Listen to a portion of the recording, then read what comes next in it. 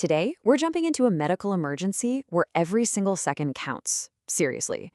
The right first move can be the difference between a full recovery and a life-altering injury, or worse.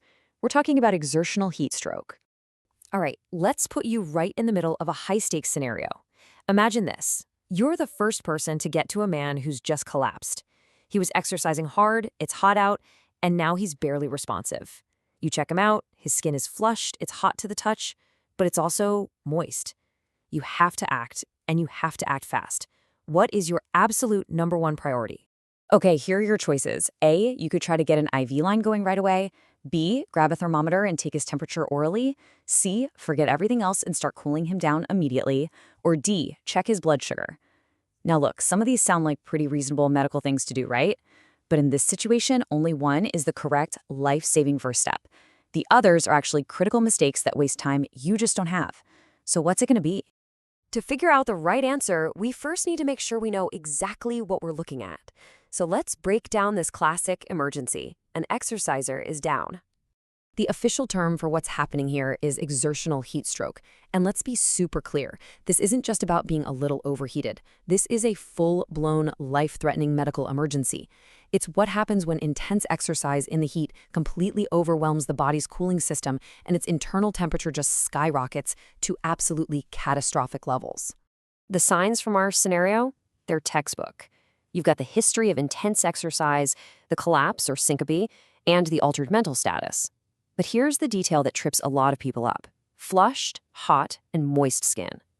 So many of us are taught that heat stroke means dry skin. But with exertional heat stroke, the person has been sweating so much that their skin is often still damp. You have to remember that. It's a huge clue. Okay, so understanding the signs is one thing, but understanding the urgency, that's everything. In this situation, the clock is ticking, and it is ticking loud. Now, here's a really common and really dangerous misunderstanding. You might think the biggest problem is dehydration. I mean, it makes sense, right?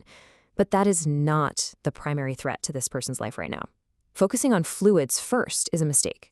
The real enemy, the thing that is actively causing harm with every single second that goes by, is that out-of-control core body temperature. That is the fire you have to put out immediately. And this quote from the clinical protocols really says it all. The extent of brain damage depends on the severity and duration of hyperthermia. Hyperthermia is just a fancy word for a dangerously high body temp.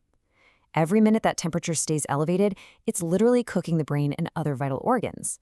The damage is a direct result of how high the temperature gets and how long it stays there. And all of this brings us to the single most important principle for treating exertional heat stroke. It's also, you guessed it, the answer to our question from the beginning. The #1 priority is, without a doubt, cooling. So if you chose C, you were absolutely right. The correct, life-saving first move is to begin rapid cooling measures immediately. Not after you get an IV, not after you take a temperature, you do it right then and there. This is the mantra. If you remember nothing else, burn this into your memory. It's simple, it's direct, and it saves lives. Cool first, cool fast. Now, to really make this stick, it's just as important to understand why the other options were wrong. So let's take a quick look at what not to do first. This table lays it out perfectly. Let's walk through it. Option A, getting an IV line. Sure, it seems smart for dehydration, but every second you spend looking for a vein is another second that person's brain is cooking. It directly increases the risk of permanent damage. Option B, taking an oral temperature. Total waste of time. It's not even accurate in this situation, and again, it delays cooling. And option D, checking blood sugar. Look, that's important for any patient with an altered mental status, but it has to wait. Why? Because it's the hyperthermia that's the immediate threat to life, not low blood sugar. So, we know the priority is cooling. Now let's put it all together into a clear step-by-step action plan. The heat stroke protocol. Okay, here's your playbook. Step 1, get them somewhere cool, out of the sun. Step 2, get their clothes off. Clothing just traps heat. Step 3, and this is the big one, start active cooling immediately. That means wetting their skin with water and fanning them. If you have ice packs, put them in the groin, the armpits, the axilla, and around the neck.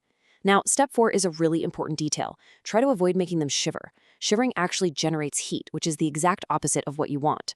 And notice step 5, starting an IV, that happens on the way to the hospital, not before you start cooling. Finally, step 6 is get them transported, fast, while you keep cooling them the whole way. So what's the one thing you need to take away from all of this?